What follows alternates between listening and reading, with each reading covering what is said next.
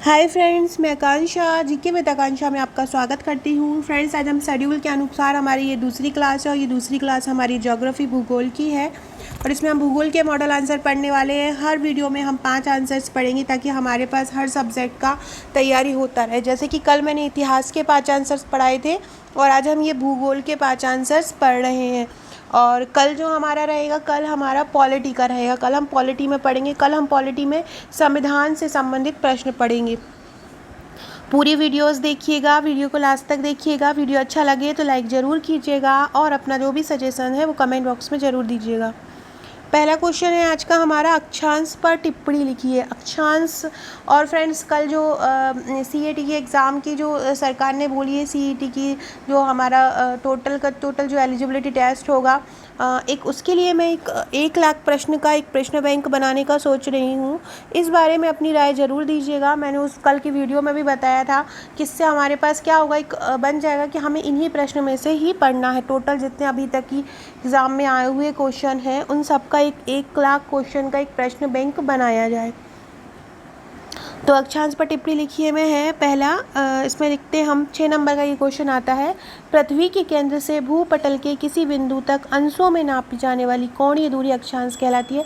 अगर ये आपका 3 नंबर में आ जाता है तो आपको बस इतना ही लिख देना है कि पृथ्वी के केंद्र से भूपटल के किसी बिंदु तक अंशों में नापी जाने वाली कोणीय दूरी अक्षांश कहलाती है। सभी अक्षांश रेखाएं भूमध्य रेखा के क्या होती हैं? समांतर होती हैं। देखो, सभी अक्षांश रेखाएं भूमध्य रेखा के समांतर होती हैं। ये 23.5 डिग्री कर्क ऊपर का होता है उत्तर की साइड, और 30.5 डिग्री अगर दक्षिण की साइड जो रहता है अक्षांश, वो मकर कहलाता है, मकर रेखा कहलाती है। तो 23.5 डिग्री अक्षांश दक्षिण में मकर रेखा और 23.5 डिग्री उत्तर में ये है कर्क रेखा। फिर हम ये चित्र बना देंगे 6 नंबर में छोटा सा। ध्रुवों की ओर ये क्या होता है? छोटी होती जाती है। देखिए ये बन रहा है तो ये ध्रुवों की ओर कैसी होती जा रही हैं? छोटी होती जा रही हैं। कर्क रेखा बीच में, भूमध्य रेखा में सबसे बड़ी, फिर छोटी, फिर छोटी, फिर छोटी, है ना। तो इस प्रकार से जब ये ध्रुवों की ओर जाती है तो ये छोटी होती जाती हैं। भूमध्य रेखा पर सबसे बड़ा अक्षांश वृत्त बनता है। ये जो भूमध्य रेखा है इस पर सबसे बड़ा अक्षांश वृत्त बनता है। 0 डिग्री से उत्तर जाने पर उत्तरी अक्षांश कहलाता है तथा 0 डिग्री से दक्षिण में जाने पर दक्षिणी अक्षांश कहलाता है। विषुवत वृत्त को 0 डिग्री माना जाता है। उत्तरी ध्रुव को 90 डिग्री उत्तरी अक्षांश तथा दक्षिणी ध्रुव को 90 डिग्री दक्षिणी अक्षांश माना जाता है। फ्रेंड्स, ये मेरे भूगोल का नोट्स का टॉपिक है। भूगोल के नोट्स में आपको ये क्वेश्चन मेरा मिल जाएगा। नेक्स्ट है, देशांतर पर टिप्पणी लिखो। तो प्रधान याम उत्तर या देशांतर रेखा से पूर्व या पश्चिम दिशा में भूमध्य रेखा तक अंशों में मापी गई कोणीय दूरी देशांतर कहलाती है। ग्लोब पर देशांतर ऐसे अर्धवृत्त के रूप में प्रदर्शित होते हैं जो भूमध्य रेखा से होते हुए ध्रुव तक जाते हैं। क्या होते हैं? जो भूमध्य रेखा से होते हुए ये ध्रुव तक जाते हैं। इस प्रकार की रेखाओं को हम देशांतर रेखाएं कहते हैं।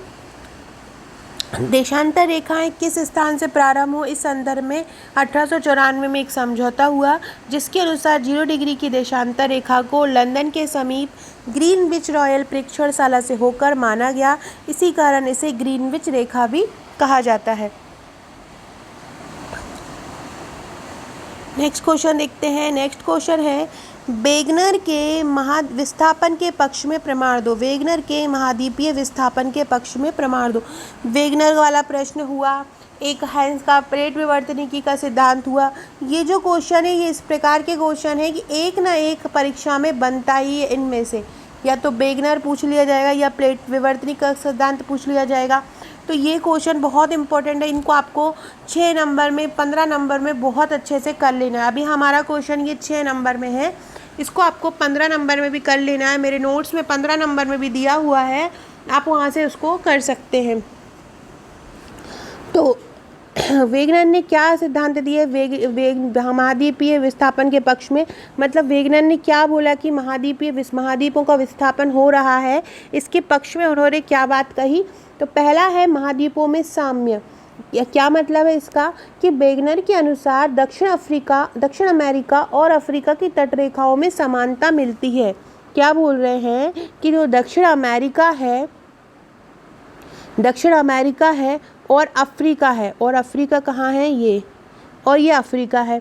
इन दोनों की तटरेखा में समानता मिलती है। मतलब ये वाला जो लाइन है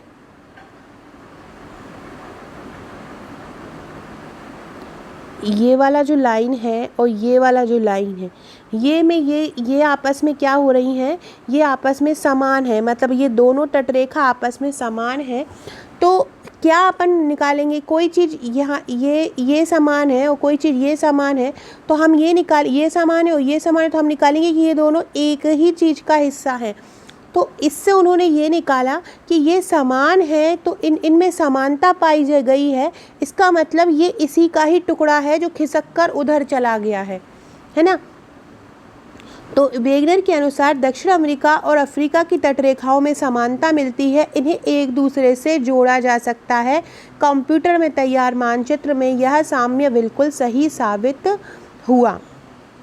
नेक्स्ट है महासागरों के पार चट्टान की आयु में समानता। अब क्या हो गया, जो चट्टानें थीं उनकी आयु निकाली गई, तो ये पाया गया कि जो दक्षिण अफ्रीका की चट्टान है, दक्षिण अमेरिका के जो महासागरों की चट्टान है और अफ्रीका के मध्य महासागर की जो चट्टानें हैं, उनकी जो एज है बिल्कुल समान है। इससे क्या पता चल रहा है कि ये दोनों जो हैं वो पहले एक दूसरे से जुड़े हुए थे, एक दूसरे का हिस्सा थे, जो अब अलग हो गए हैं। तीसरा है टिलाइट। हिमानी के निक्षेपण से बनी चट्टानों को टिलाइट कहा जाता है। किसके? हिमानी के निक्षेपण से बनी चट्टानों को टिलाइट कहा जाता है। ये चट्टानें गोंडवाना लैंड के भागों में मिलती हैं, जैसे भारत, अफ्रीका, फॉकलैंड द्वीप, मेडागास्कर आदि। तो क्या बोल रहे हैं कि टिलाइट क्या है, हिमानियाँ जो रहती हैं उनके जो निक्षेपण होता रहता है, उनसे जो चट्टानों के छोटे छोटे टुकड़े बन जाते हैं उसे टिलाइट बोलते हैं। और ये जो चट्टानें होती हैं वो गोंडवाना लैंड के भागों में मिलती हैं। कहाँ मिलती हैं? गोंडवाना लैंड के भागों में मिलती हैं, जैसे कि भारत है, अफ्रीका है, फॉकलैंड द्वीप है, मेडागास्कर है आदि। नेक्स्ट है प्लेसर निक्षेप। तो अफ्रीका महाद्वीप के धाना तट पर स्वर्ण निक्षेप बहुतायत में मिलते हैं। अफ्रीका महाद्वीप का जो धाना तट है वहाँ पर भी स्वर्ण मिलते हैं और यहाँ उद्गम चट्टानों का अभाव मिलता है। ऐसी ही सोना की सिराएं जो हैं वो हमें दक्षिण अमेरिका के ब्राज़ील में मिलती हैं। इससे क्या स्पष्ट होता है कि धाना में पाए जाने वाले स्वर्ण निक्षेप ब्राज़ील के पठार से जुड़े हुए हैं, अतः यह स्पष्ट है कि ये दोनों महाद्वीप आपस में मिले हुए हैं।